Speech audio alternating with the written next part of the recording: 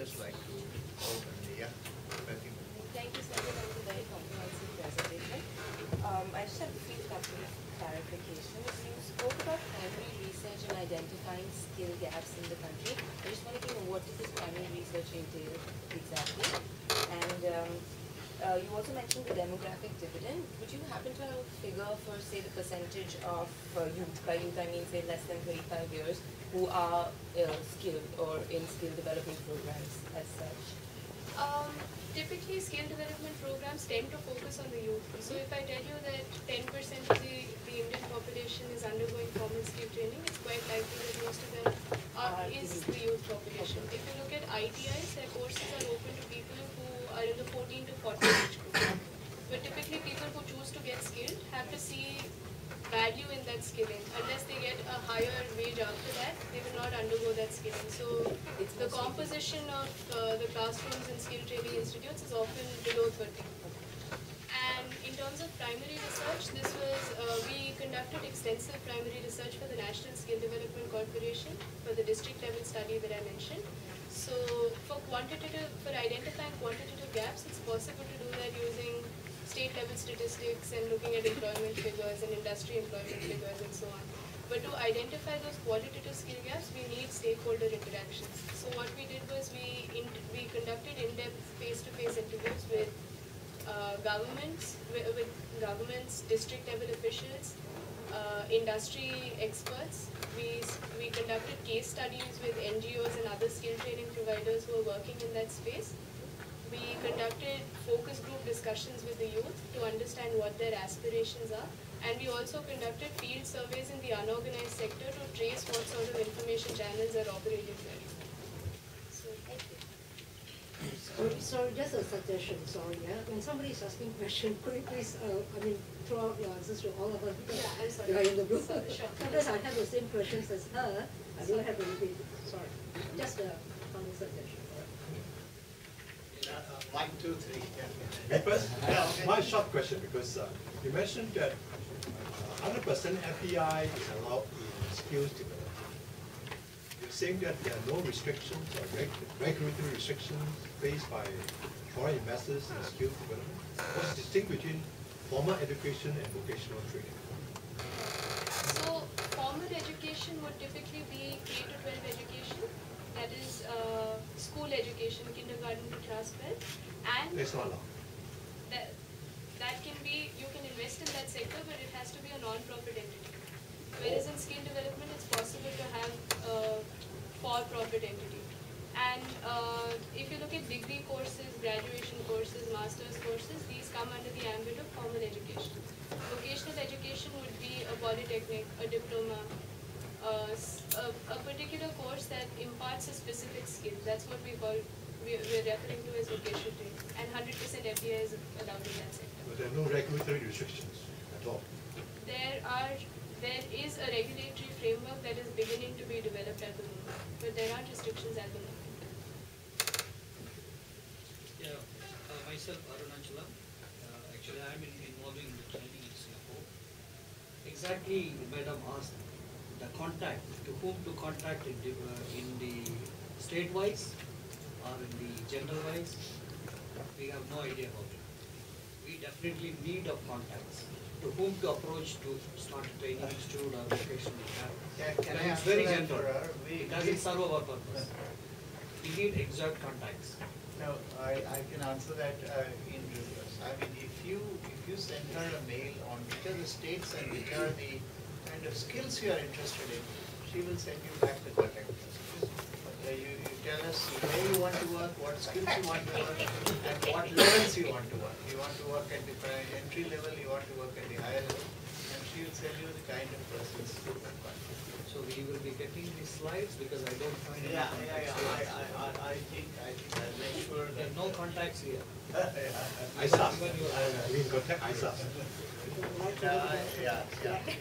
We'll pass on. We'll make sure.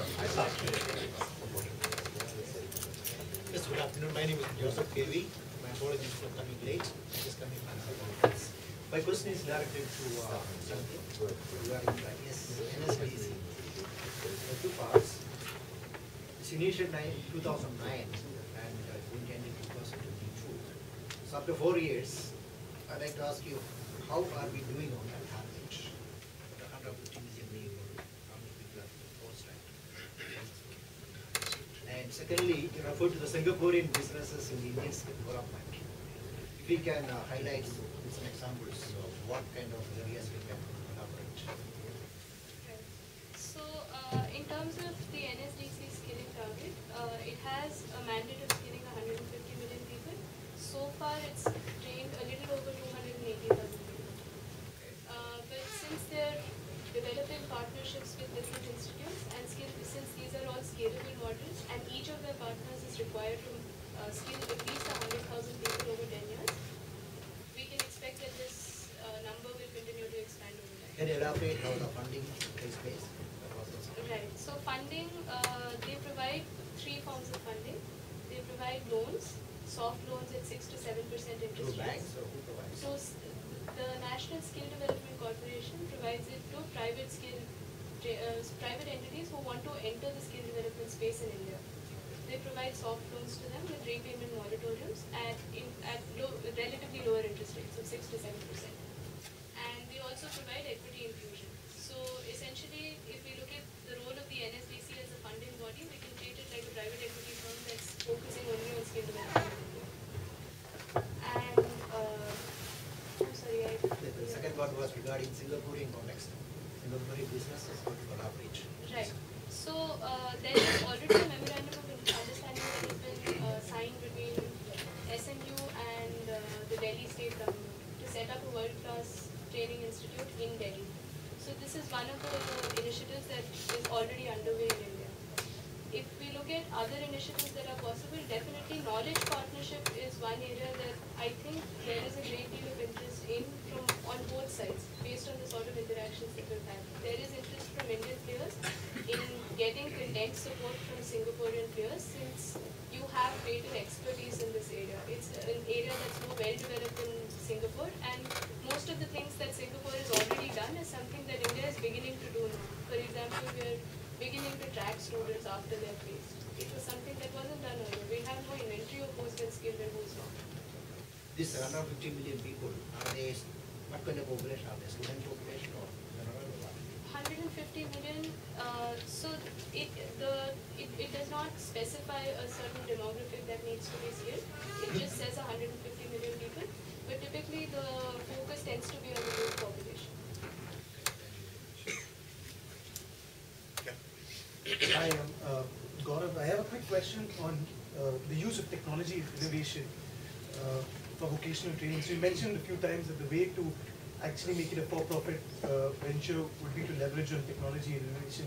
So the institutes that are already in place, how exactly do they use technology innovation? Do they use e-learning, or what exactly do they do? Right. So if we look at existing initiatives, if we look at MeritTrack, for example, MeritTrack has a very low-cost operating model because all the tests that they offer to anybody who has access to any sort of internet, they offer these tests online. So that significantly reduces their costs. They have partner institutes to make sure that the testing is properly monitored and it's properly administered, but they've leveraged technology to a huge extent in that sense. There are other NSDC partners. For example, there is an institute called Talent Sprint in Tamil Nadu. So what they are doing is they need to focus on skilling rural and backward areas as well. And reaching these areas or setting up infrastructure in these areas often doesn't make sense because you'll have a few classes a week. It does not make sense to lease a building there to set up infrastructure in a backward area in order to skill them. So what they do is they set up partnerships with local NGOs, local training providers, and the students come to these NGOs. They use these NGOs as centers, and the classes that are happening are broadcast live, live, real time to the students. So again, that helps them cut costs, and it's greater service to society because you're trying to reach a larger section of the population, and technology in a great way enables you to do that. So to not leverage that does not make sense in the space. Yeah, Ms. Sandra. Okay. Regarding funding, if I heard correctly, you said 25% from the private sector. Now, does this mean that, is there such thing as a contribution by corporations? Okay, we have, for example, you know that in Singapore we have got a skill development fund. No one escapes that. All the companies are paying the skill development fund, so they can send the people for training, and this fund is used together with the government. Is that something that is being incorporated now in India? It's not being incorporated in that sense. So when I said 25% funding, I was referring exclusively to the initiatives that NSDC is funding. NSDC funds private players who want to enter skill development. So all that NSDC is saying is that if you want to enter the skill development space, I will provide up to 75% funding to you, but at least 25% of the capital has to be put up by you. I see. So if, say, for example, Indian companies want to send their people for training, they have got to come out at 25%. Am I correct? Sorry? They will have to come up with a 25% funding for training? No, investors. no, that's not the case. That's not the case. I think the point she was making is that there is a government space with a large number of training institutions which are fairly subsidized. So the companies want to send their people to the government training institutions, they can do so. And that is fully paid for. If they want to set up a private training institution, for instance, like Toyota wants to set up an institution for its own needs, then in that case it can approach the National Skill Development Council, and the National Skill Development Council will give them money to support their own initiatives. So it's a kind of subsidy given by the government for private sector to set up its own. Or if you want to go to the government sector, that's fine. Because India is a very big country. Singapore, we buy outside, you have to.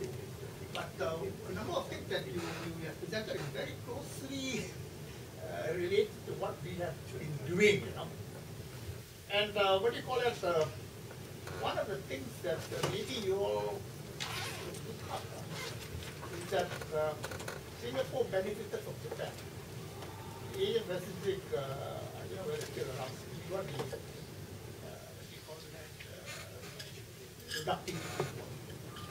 I was one of the recipients of training by the Japanese engagement. Now possibly, now that Japan is going in a manufacturing side, because when you get training, it's so many different types of training. You would need a manufacturing side. Maybe training. Maybe you could consider the Japanese. I don't know whether this board is still around or not, but they used to have a very strong board, the Asia Productivity Board, and India was a member. We were trained by the Japanese state. We don't accept everything, but we were very good. Indeed. So that is something that we need to consider.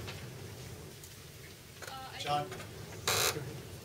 Sandhya, do you want to Yeah, speak to? just to say, I think the sector skill councils are also trying to do that in terms of establishing productivity by industries.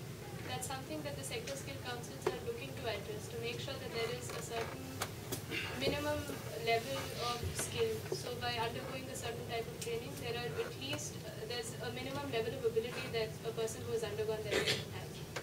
So in a limited way, it's the sector skill councils are seeking to address that. And one big problem is language, especially mass training. So it basically we train the trainers, and then the Indian trainers will train the mass. Right. Otherwise, you get foreigners to go and do that, it's going to be very difficult.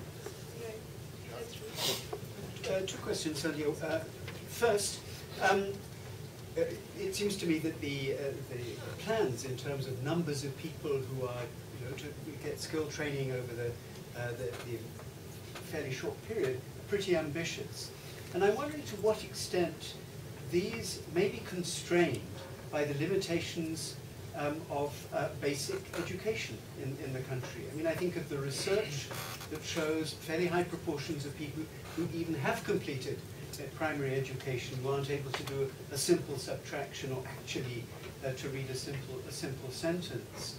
I wonder a little bit about whether the plans for skill development are going to be undercut by the limitations of basic education. Secondly, in your introduction, you did refer to the historic sort of problems of the, in a sense, the demand side limitations in regard to skill training and the problems of opportunity cost for people. And that particular problem didn't sort of reappear in your presentation of what's going on now. And I wonder whether that's a problem which is no longer seen as being significant, or whether there's some other reason why it didn't appear later in your presentation. So, to answer your first question, if we look at basic education, it's a huge constraint in India. In our primary research, what came up over and over again was that a person who enters a skill training institute has to have a minimum level of qualification. They have to be at least, they should have completed at least class 8 or something of that sort. So even if they've completed class 8, often they're not able to understand what's going on in class. Attrition from skill training institutes is another problem that many of them are facing.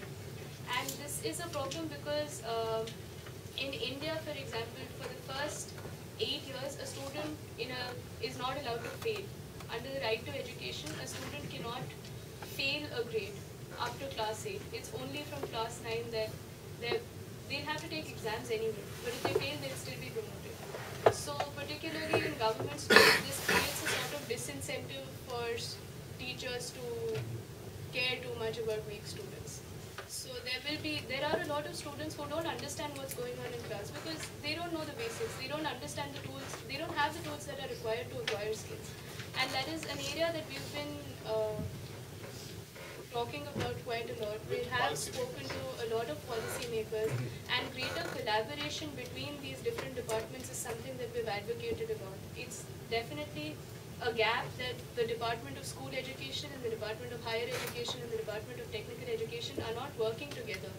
Because for a person to be skilled, it involves interventions at each stage. It's not something that happens at one stage. It's not that you go to skill training institute at the end and he's all right and he can perform jobs. So this is definitely a constraint that the Indian market is facing. It's a huge problem. To answer your other question in terms of the problems that I mentioned earlier about dignity of labor and other socio-economic constraints, these are things that there are measures to meet these problems. There are initiatives that are trying to address these problems. They're met with partial success. In terms of dignity of labor, for example, the National Skill Development Corporation set up an initiative called Hunar Hai To Qadar Hai. So that roughly translates to if you have skill, you will be respected. So the idea is to ingrain it in the psyche of the people that it's more important to have a job than to not have a job and say I will only do a white collar job. So these are issues that are being addressed in small steps by different agencies in India. And the reason it didn't come up again in the presentation is that this is a systemic issue that needs to be addressed by the country itself. It's something that requires a societal change, it requires a change in mindset, it requires people to adopt new ideas. And there are other problems also that plague this sector. I mean, for example, skilling women is very difficult. There are socio-economic constraints to skilling women. In many backward areas, women will just not be allowed to come and become skilled. So there are initiatives, there are NGOs that adopt the self-help group model, or they have only female trainers to train the women. So these are issues that are beginning to be addressed. The skill development landscape in India is extremely complex. It's got a lot of components in it, and it's got a lot of layers of complexity which, in addition to there being qualitative and quantitative skill gaps, make it very difficult for any one player to come and address it. It requires collaboration among different stakeholders, which is why we say that having a local partner becomes very important for any international player who wants to enter the market.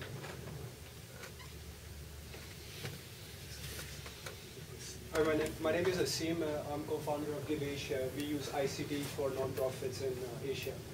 One of the fact, which is a very glaring fact, is that the employment exchanges in India, there are about 1,200 of them. They provided jobs to only 30,000 people last year, whereas there are about 40 million people registered on those exchanges. So what is really happening there? Is it most of these 40 million people are not employable? Because is it even people who are graduating from universities? I recently read a report which said that only 90 only 5% of students graduating from MBA are actually employable. So is this, as you mentioned, is such a systemic error? How do entrepreneurs go in and change the whole ecosystem when the issue is at such a scale? Have you seen any success stories? I'll answer part of it. I think just a correction. The employment exchanges address only government employment. So you don't really want 40 million people working for government. Okay. So there are 40 million people registered and 30,000. I would hesitate to say it's bad or good, but I think we don't want to expand government in that sense. But the other part about the skill sector employment. In terms of employability, this is something that comes up frequently in any project that we do. For example, in our interactions with the industry, they say that we have so many engineering colleges. Tamil Nadu is a hub for engineering colleges. So we produce more engineering graduates than any other state in India. But they say that about 25% of these graduates are employable. They're ready to be taken up by the industry. So this is a problem of, again, relevance of the curriculum. Because the industry is not involved in how that curriculum gets drafted or updated, it has no relevance to what's going on in the industry. You have trainers who have never worked, they've never seen what a BPO looks like, and they're teaching their students to be skilled for what is going to come 5 years later when they don't know what the current scenario is. And that causes a gap, which is why there are now initiatives for greater industry involvement. And that's how we say that the private sector can bridge this gap, because for there to be relevance of skills, there have to be players who understand what those skills are and what the industry needs. Big employers, I'm talking of people who employ 30, 40, 50,000 people. I would take the IT sector, Infosys, TCS, Wipro, etc. They take these people and run them through a training program which is suitable to their own needs. They spend money on it. Now, the question is opportunity cost. Should this be an industry cost or should it be a public cost? I mean, that's a larger question. Whether they should be spending that and should it not be available in the government itself. It's actually double expenditure. But this is how it is being addressed. I mean, big companies, particularly automobile, particularly Toyota, Honda, Hyundai, Nissan, etc., they have their own training institutions. So they have their own standards of manufacturing. So they take these kids and give them train them and then only apply. That is how the skill gap is currently being addressed. I wouldn't call it the most efficient way or the most cost-effective way of addressing it, but that's how it's happening. Just a follow-up question. If you're seeing that there's additional requirement for a skill training institute to provide these skills to university students to increase their chances of employability, what do you see at the ground level? This is psyche of students like, I just paid for my university, this is not doing it for me. I'm fine with spending more money from my parents or from working jobs and increasing my employability? Or are they saying that I spent enough, I don't really care about spending more to increase my chances of employment? See, this will depend on the target student. If you're looking at someone who comes from poor financial circumstances to begin with, expecting them to invest in additional skill training obviously is kind of unrealistic. But that's why we say that a placement linkage makes or breaks a skill training institute. If you tell someone that you spend 20,000 on this course, and I guarantee you that you will get a job that pays you 8,000 rupees a month on completion of this course, then he might be willing to take that loan or to make that investment because he sees that there is a return to that skill. If you can market your skill as something that will provide employability, that will generate income in the future, then there will be willingness for them to acquire those skills. Because at the end of university education, if they're not employable, it doesn't make much of a difference what that education did for them. So they're upset with that. They're disgruntled that they've undergone university education, that they've spent 3 years on their bachelor's or whatever other course they did, and they're still not getting a job. But if you tell them that I'll put you through a 12-month program and you will get a job, There is no reason why they would not be interested in it. Are there such institutes which are providing this There kind of are guarantees? lots of institutes, lots of them. Which provide that guarantee Yeah, that you yeah, will guarantee. get. Lots of Who's them. certificate? NIIT is a huge player in it. NIT. But I know that, I mean, not everyone gets job there. Probably the top 10, 20%. No. There are institutes whose certificates, I mean, actually carry 100%. 100%. Okay, Sandhya, sorry, just a follow-up, yeah? Very, very short one. Okay, now that you're talking about it, I feel that there's something wrong maybe in the system. Okay, if I'm going to do a course or something like that, can I come with my own system? Is it feasible? That I can see some goals and objectives will be achieved by what I'm putting forward to, alright? Because I know this system is not going to work. Can there be any kind of repercussions and stuff like that? The way we see it, there is an opportunity because there is a problem with the system. If there was no problem with the system, then India can take care of it. We don't need any other player to come in and provide that infrastructure. But since there is a market gap there, since there is a problem with the provision of skill training, since there is a lack of employability in people who go through college or go through these skill training institutes, that's what creates that opportunity. It's possible for an external player who understands the market. If it's possible for him to impart skills that the industry sees value in, that the industry will pay for, then there's no reason why that model would not function. The other thing is, I mean, I think she mentioned in passing that there's a huge supply gap. For example, in the state of Tamil Nadu, really workers in factories, workers in farms are just not available. There's a huge shortage. Chakrathi, similarly in Andhra. And Similarly in Karnataka. India's construction sector, you have a huge gap. Yeah, construction sector, there's a huge gap. So on the one side, you have a huge mass of people who are not skilled. The other side, industry is facing a huge problem in recruiting skilled people. So this is, I mean, it's, to me, mind is an unbelievable mismatch which is happening in the country now. Last question.